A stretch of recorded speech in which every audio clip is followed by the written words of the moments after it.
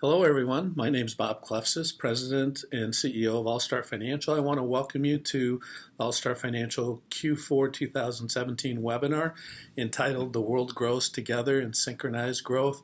Really has been the story for 2017. Before we get to that, I'd like to talk a little bit about Bob's Corner in the upper right-hand corner of our newsletter. Long-term investment success really starts by creating the right expectations.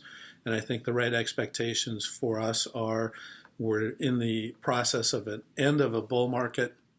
We're effectively trying to mitigate as much risk as we can and understanding that we have hurdles to jump over.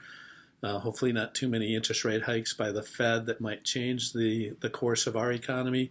Changes in interest rates globally have been synchronized on a downward. They may be flattening and going up.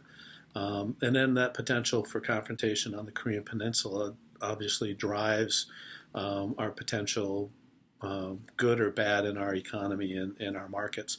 Current bull market can't last forever. So really not a matter of if, it's just a matter of when. And that when really, we don't know. But we're still looking for opportunities that have room to run and still protect that downside that we talked about. That horse that we have been riding here that has been really the difference maker for us has been the international equities the last 5 quarters. It's been a pillar of our portfolio and outperformed domestics significantly. So that's really helped. If we look at what's driving all of this from the market overview, again, the story is synchronized growth. Not since 2017 have we seen all 45 economic economies grow that are measured. 33 out of those 45 are estimated to grow and projected to accelerate in 2018 also, as well as manufacturing in the U.S. is at an 80-month all-time high. And currently we're in the second longest bull market since 1900. All of these positives, right?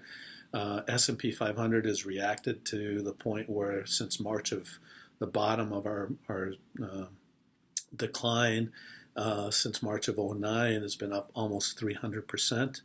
Corporations or revenues and profitabilities are rising, not to the point where the valuations are still in line. They're still pretty lofty, but I think those things could potentially go away with the tax reform that we have and the additional spending that it's going to bring to our economy. Because let's face it, low interest rates and quantitative easing worldwide has never happened before to this extreme. And that's really the basis behind and need to understand the basis behind our global synchronized growth that we've had today. $25 trillion in financial assets have been thrown into economies around the world, $4.5 trillion in the U.S.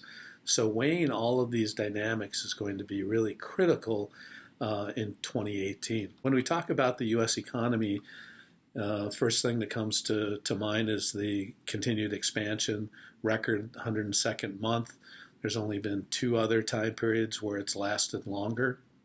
GDP continues to grow, although tepid. It's growing, but it's been the longest or third longest economic expansion, but the least average growth rate on an annual basis. So maybe longer and slower is better. The economies have grown at 3.2% in the third quarter, the fastest since over 2 years ago, and the second quarter in a row where we've had 3% growth. So unemployment, good also at the 4.1% rate, lowest it's ever been in my lifetime.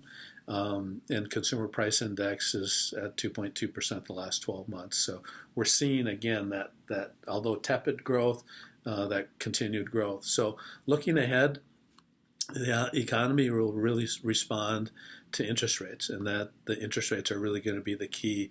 The reduction in corporate tax from 35 to 21 is also a key. Revision of the individual tax brackets, another key. Looking ahead, the average household, 95% of all households, in 2018 will pay less in taxes. Hopefully those dollars go into the economy and create not just a short-term benefit, but long-term benefits. The bond market, we have a rising interest rate environment, as we've talked. Normally, the short-term interest rates are here, and they're basically controlled by the Fed. Long-term interest rates here, and they're controlled by supply and demand. What we're seeing is this happen, where the short end is going up, the mid level is staying flat, and the long is going down, as measured by the 2-year Treasury, the 10-year Treasury staying flat, and the 30-year Treasury going down. Barclays Global, not just domestic, but also international, was positive 3.5 for 2017. Just the U.S. government bonds were positive, pretty flat for the fourth quarter, but still positive 2.3. But our big performers for us on the bond side have been our high yield bonds and our global bonds, up almost 7.5% for 2017 for the full year. Our individual bond portfolio for you, whether you're in our income portfolio, balanced, conservative, or growth, has averaged about 6.2%, which we're very, very proud of in a rising interest rate environment. A mix of, and how we've done that is really a mix of short-term investment grade as well as high-yield corporates and global bonds with some floating bonds there that mitigate that risk of inflation. So looking ahead, primary concern again is, will we see a flattening of the yield curve, which again is hard to stop. And under normal conditions, when you have short-term interest rates and long-term interest rates, that's better than a flattening and inverted yield curve. So hopefully the Fed will be cautious in their raising of interest rates and try to avoid that inverted yield curve.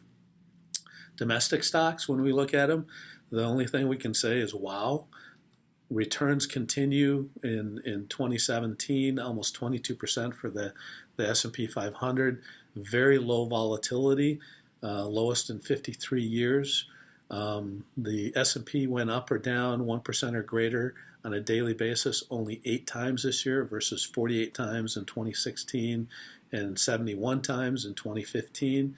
Russell 3000 growth, the whole U.S.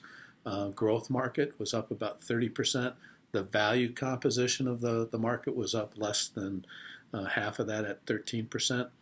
Small caps underperformed large caps by about 7%.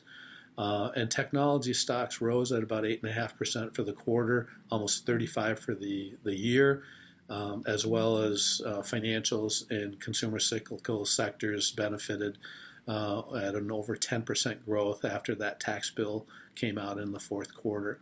Utilities, the only 2 sectors that were down for the year were utilities, down about 1%, while emergings, or energy, were down about 2%.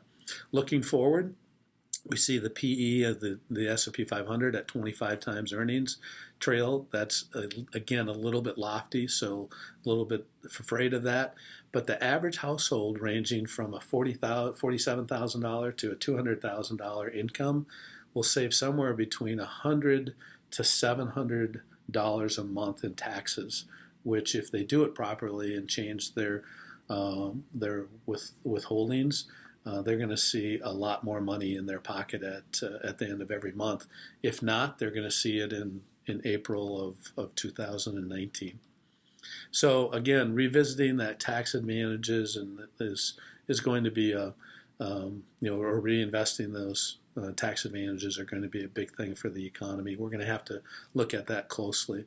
Global markets, it's countries helping countries. What's happened first, the horse or the cart? I think the horse is the U.S. GDP with low interest rates. Growing global growth has kind of followed with 27% rate of return in non-U.S. economies around the world. In 2017, the Pacific Rim, which would be Japan and some of the tiger countries, gained about 25. European markets right at 25. Our emerging markets ended up at about 37%.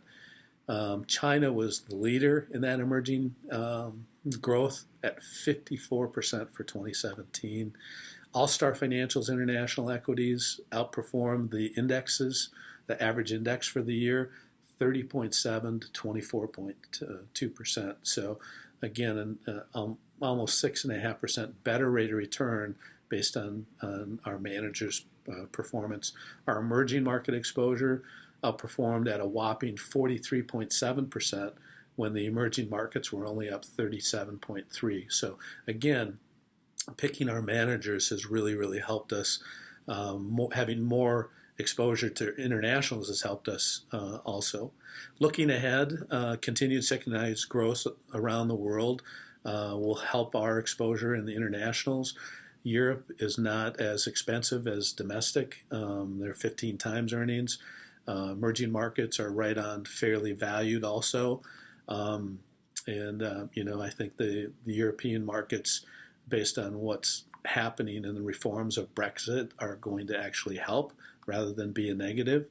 But again, reduction in the quantitative easing strategies internationally, potential rate hikes, all of that could put a halt to the global growth that we're seeing. I don't think it's going to do it anytime soon, though.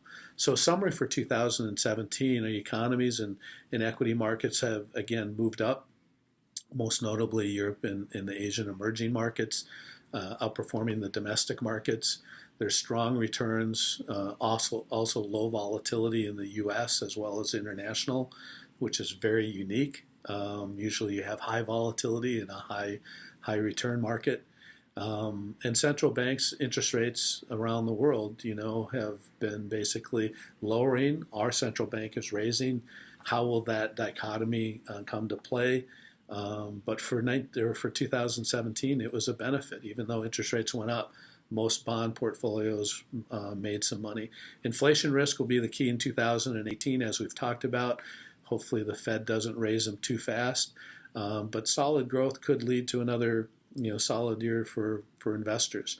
I don't see an inverted yield curve happening at all until probably end of next year or end of this year, beginning of next year. So we've got 2.5 years before a recession, I think. So we've got diversification is going to be key, as we've talked about in the past. Low volatility will not last forever. So again, creating the expectation that this was a really unique year. But I think also creating the expectation that you need to look at and take pause, that this may be a good time to change your risk tolerance and risk level. Global growth, synchronized growth around the world. You can see from here where we have expansion.